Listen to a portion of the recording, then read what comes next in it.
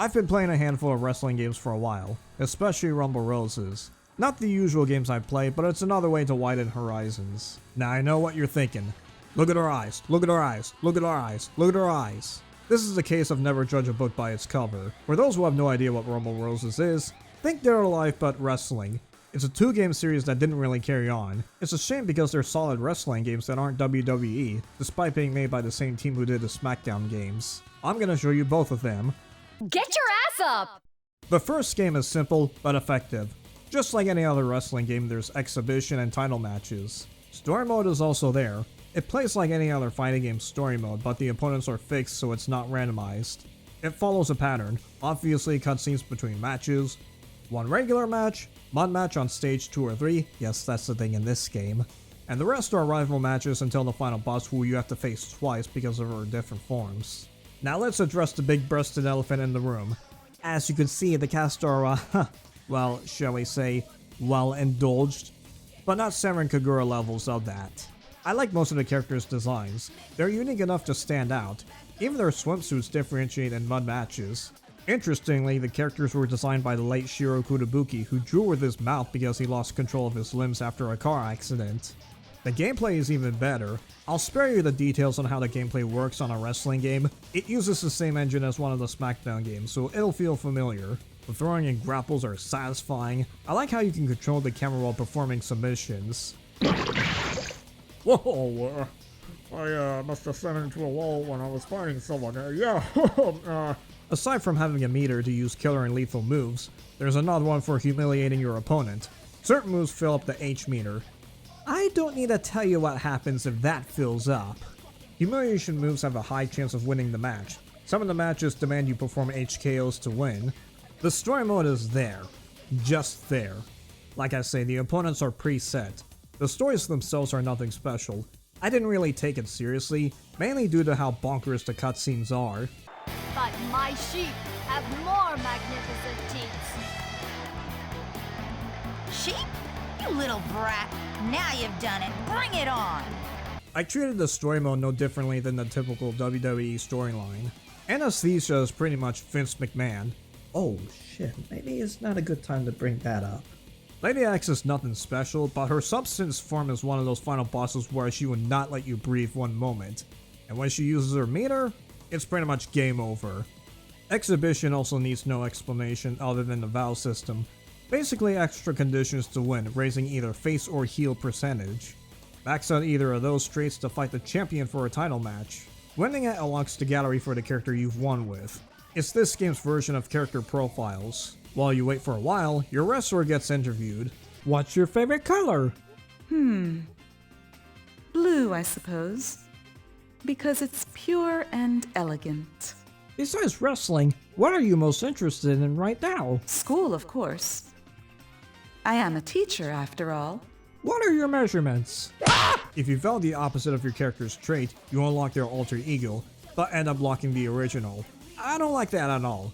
What if I want Reiko to fight Rowdy Reiko? You can still unlock the base form the same way.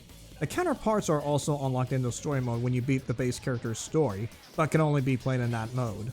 If it upsets you too much, don't be ashamed of finding a save file with everyone unlocked. I still like this game a lot. The combat is really fun and I can get a few laughs at the story mode.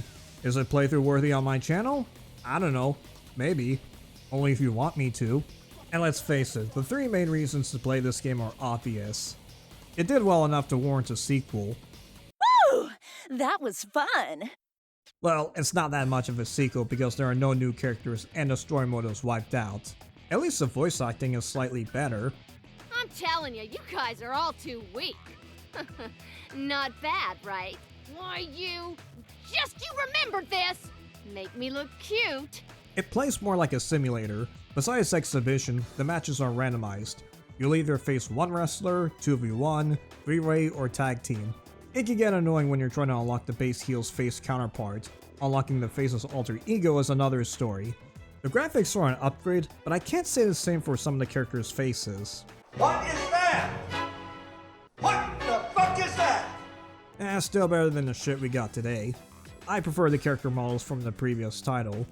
Gameplay wise, it's the same deal, but this time the H meter raises whenever someone counters. The AI gets really annoying with counters, especially in this game. The AI is tougher, but not on the same level as Lady X Substance. Mad Mud Match was replaced by Queen's Match. It plays like a regular match, but the loser performs whatever action with or without wearing different outfits of your choice. It's a nice little amusement factor, humiliating your opponent more. Another addition is Street Fight. It turns into a traditional fighting game with 2 rounds. It's awkward to play. The controls were meant to be used in a wrestling game, not this mode. It's one of the 2 ways to have heel wrestlers gain popularity. Speaking of which, getting more popular rewards more money and unlocks their superstar outfit if high enough. Getting money to buy outfits, artwork, and features can be a grind. Most items are unreasonably expensive. The outfits and poses you unlock don't carry over to all wrestlers and once you unlock them, so it's even more tedious. Another saving grace is the photo mode. It's exactly what you think it is. Alright, you're gonna look good. You're gonna look like a star. Alright, you're just laying out on the ground. That's fine. Alright, pose 2. Oh, you're gonna look pretty indeed, pretty girl. Okay, oh, there we go. There we go. Stop blinking. Okay, alright. Alright, that's better. Yeah. Most of the poses are similar to each other, but it's still worth taking photos of your favorite characters. Before you ask, no. It's an M-rated game, not AO. It's Rumble Roses, not Variable Geo. No, come on, Dixie. I didn't mean to say it. Oh, no, that's not what I meant. Look, why would I say something like that? Oh, what was wrong with her? I just wanted to shoot some photos of her. Hey Candy, you want to take some photos? By the way, the game is backwards compatible. If you have an Xbox One or a Series XS, you can play it on disc or buy it on the Xbox Store. I didn't bother with the Alpha DLCs since there's no option to buy them all in a pack, and they wouldn't work anyway, rumor has it. As for the first game, nope. eBay would be your best option right now. Overall, if you can get past the ass and titties, Rumble Roses can be a fun time. Even Rumble Roses XX has a good amount of content, but still, out of the 2, I prefer the first game. Even with a laughable story and vow system, it's a shame that this series never got popular the same way Dead or Alive did. It did have some promotion. Reiko and her rowdy counterpart appeared in Metal Gear Solid 3 Subsistence with Metal Gear Online. She was also in Super Bomberman R. And knowing Konami today, I don't see it coming back. Yet. Even if you're not into wrestling games, or if you're abstinence, I'd still recommend playing at least one of them. Good luck trying to make eye contact playing these games. Oh man, my nose, not again. By the way, before you ask who's my favorite, it's Candy Cane. Hey, thanks for watching. If you want to see more of my stuff, subscribe and hit the bell, okay? Thanks, bye. So we can